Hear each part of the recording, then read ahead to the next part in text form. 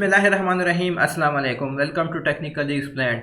In this lecture, we will study pin diagram of IC-741. IC-741 is a general purpose operational amplifier. Before getting to the pin diagram of IC-741, let us understand the terminology.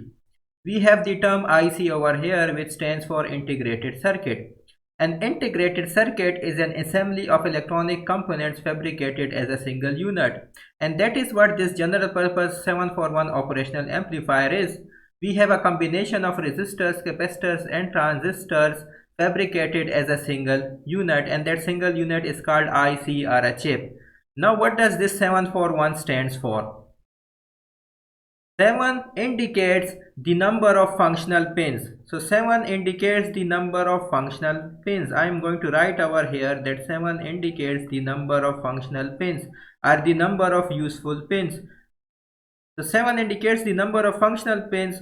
4 indicates the number of input pins. So the number of input pins in case of the IC741 is 4. So 4 indicates the number of input pins, while 1 indicates the number of output pin. So the number of output pin in case of IC741 is 1. So this was our terminology, which is IC741, and the total number of pins in the 741 is the 8 pins, which means that we are going to have 7 functional pins and 1 pin will be non-functional. 1 pin will be useless.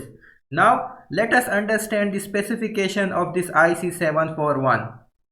The power supply range is from 5 to 18 volt, which means that the IC741 to perform the operation, it needs a minimum power supply of 5 volt and it can withstand a power supply up to 18 volt.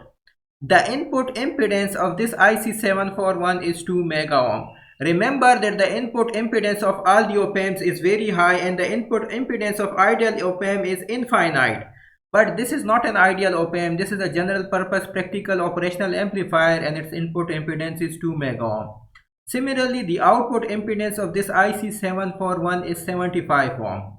And of the ideal op-amp, the output impedance is 0. But again, this is not an ideal op-amp, so this output impedance is 75 ohm.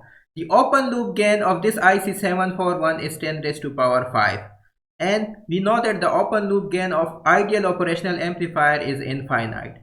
But this is again a practical operational amplifier. That is why the open loop gain of this IC741 is 10 raised to power 5, which can also be represented as 50 dB.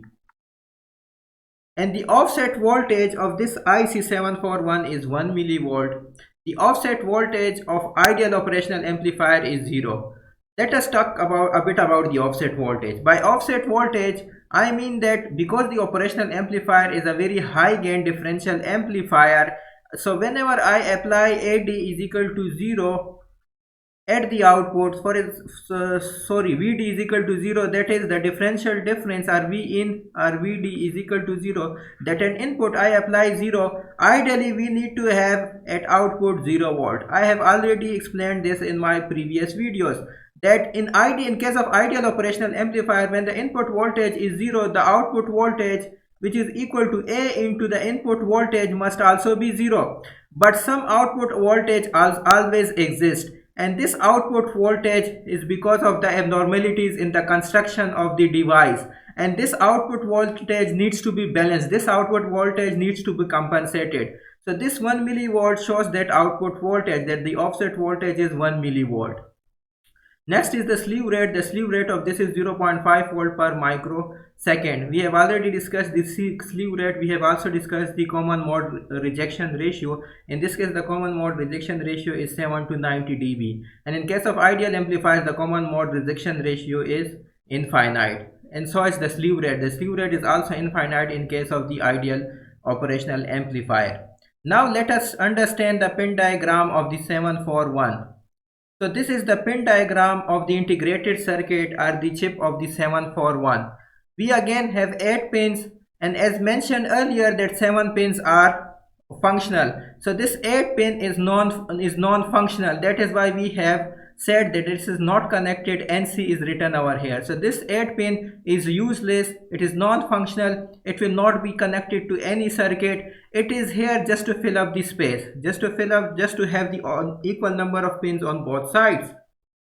Now this was our diagram of the operational amplifier. We have two inputs, and then we have the DC voltages V plus and V minus, and we have the V naught. So now let us understand the pin. First of all, let us understand the pin 1 and 5. Pin 1 and pin 5. This is my pin 1 and this is my pin 5. Pin 1 and pin 5 are my offset voltages. So input offset voltage is applied at pin 1 and pin 5 to balance the offset voltage. So pin 1 and pin 5 are used to balance the offset voltage. Balance the offset voltage.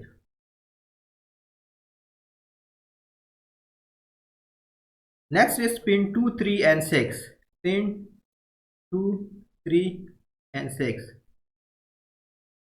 Pin 2 and 3 are my input pins and pin 6 is my output pin. So if you can have a look, pin 2 and 3 are my output pins and pin 6 is my pin 2 and 3 are my input pins and pin 6 is my output pin. Pin 2 is my inverting pin, pin 3 is my non-inverting pin because the pin 2 is applied to the inverting terminal. Similarly, pin 3 is applied to the non-inverting terminal. So this is my inverting input, pin 2 is my inverting input and pin 3 is my non-inverting input. And at pin 6 we have the output voltage, and the output can be high or low depending upon these voltages. If the voltage at pin 2 is greater than at pin 3, we are going to have a low here. If the voltage at pin 3 is greater than the voltage at pin 2, we are going to have a high over here. So this pin 2 and 3, pin 2, 3 and 6 will be my input and output pins. So 2, 3 are my input pins. I am going to write over here that 2, 3 are my input pins and pin 6 is my output pin. So next is the pin 4 and pin 7. I am going to write over here pin 4 and pin 7.